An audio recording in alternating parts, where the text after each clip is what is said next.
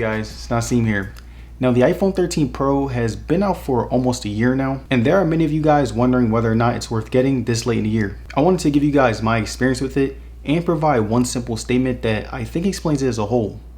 And that statement is, I think that the iPhone 13 Pro is still one of the best phones that you can get in the market. And I say this because the iPhone 14 Pro is coming out within the next couple of months, and while there's a lot of hype behind it, many of us aren't sure if it'll actually be good, if not better than the 13 Pro. And that's where the safety within this phone comes in. We know that the 13 Pro has one of the best battery lives in the market. We know that the 13 Pro can run the latest version of iOS really well. We know that it has an amazing display that is not only big, but is of quality. And we know that it has an insanely powerful chip that can do anything on command and is not afraid to handle power heavy apps. So if you're someone who wants a great phone, you don't need the newest chip, you don't care about having a notch on the front screen, and you don't care about having the latest device, then the 13 Pro will be perfect for you. Because let's be honest, the 14 Pro won't be better than the 13 Pro. You'll still be able to have iOS 16. The battery is already great, so you don't need that much improvement there. And you'll likely get the exact same experience since the chips will be extremely identical. But again, I wanted to give you guys my experience so that you can know that the 13 Pro is still a great phone to get, even if the newer phone is coming out.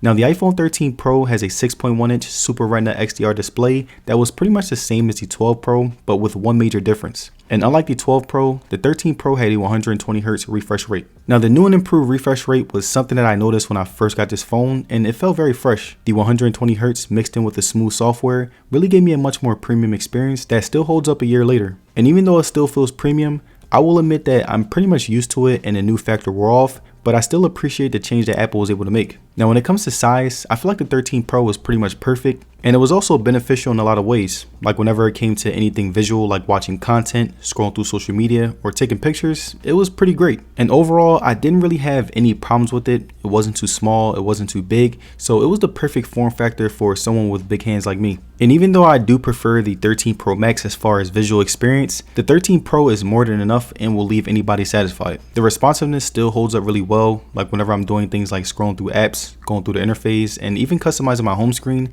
I never had any problems with it even after almost a year. The only time my screen will lag on me is when I would go outside and the phone would get hot. But something else that I wanted to note was that if you do get the 13 Pro or the 13 Pro Max, they get hot much more often because of the stainless steel materials. And again, be aware these phones are prone to overheat. Now the screen resolution and the visual experience of the 13 Pro was easily my favorite part of the display. I really enjoy how vibrant it could get at times. It wasn't the best in the market, but I will say it definitely held its own weight. There were even times where I thoroughly enjoyed watching actual TV shows and movies on the 13 Pro, and the size greatly benefited from it as well. And now I want to give you guys an example of me playing a game and watching a video so that you can get an idea of how the display actually is.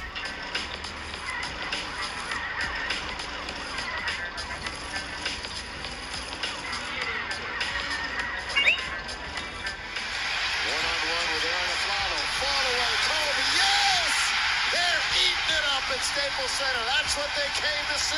Trindle against Randolph. Kobe on 5. Why not put up the 3?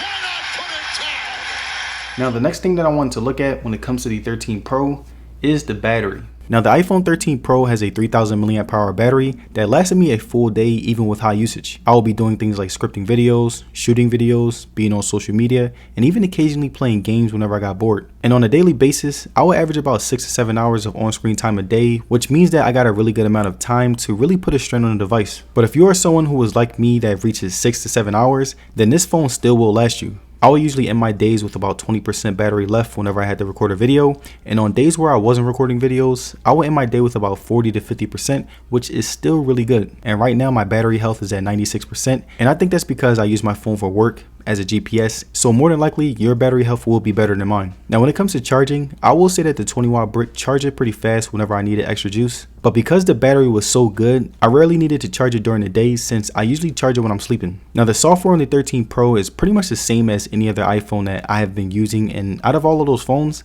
I will say that this one ran it the best. Whenever you want to implement widgets into your home screen, the size of the phone makes it look much clearer, and even when I put my email widgets on the next page, everything was much easier to read. I also really loved how every social media app was well integrated within iOS 15. The apps have great screen ratio that were a perfect fit. Accessing the apps through notifications felt very engaging, and most apps use the actual iPhone camera, so there were no compromises. And the best thing that I loved about iOS 15 was how well it integrated with other Apple devices, like the fact that I could instantly airdrop pictures to my friends, notifications, the fact that group chats and iMessage was much smoother than any other messaging apps, and the fact that all of my settings could spread throughout my other devices. Now moving on to the speakers, just like the MacBook Pro or the iPad, Apple was pretty much following the same formula with the 13 Pro, and that's why these are some of the best on any smartphone that I have heard so far. Now whenever I'm home, I usually chill and watch videos, so that's the only time I'm using the outer speakers, and I was always satisfied with how they sounded. There were also some times where I would play music out loud while I was getting ready for work, and I really liked the sound quality. The bass was okay, but the instrumentals and vocals were incredibly loud and rich. And to give you guys an idea of how good the speakers are,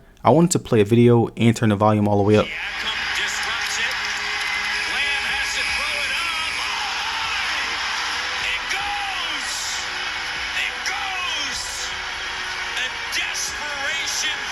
Now the 13 Pro has a 12 megapixel wide, ultra wide, and telephoto lens that I will say was pretty much the same as the 12 Pro, but that's not really a bad thing at all. Now my favorite part of the camera was how well it was able to take photos outside.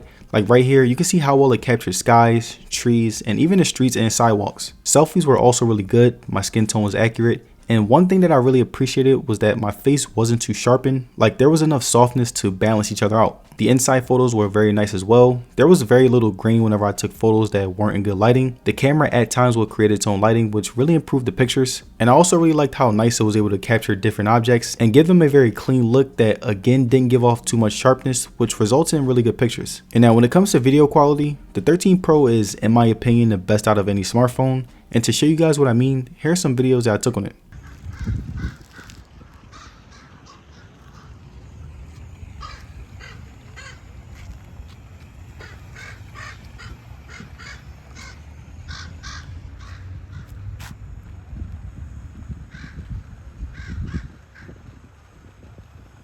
So here's the final question.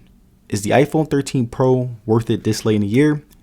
Well, I would say yes, because everything that you need in a phone, the 13 Pro will give you, and it will last you for many years to come. And there it is, my review on the iPhone 13 Pro after almost a year of use. Now let me know down in the comments, would you guys still get the 13 Pro or just wait for the 14 Pro? Let me know. And if you guys made it to the end of this video, I would like to say thank you for sticking around. And don't forget to like the video and subscribe, it will be very appreciated. And as far as social media, you can follow me on Twitter and Instagram, and I will see you guys on the next one. Peace.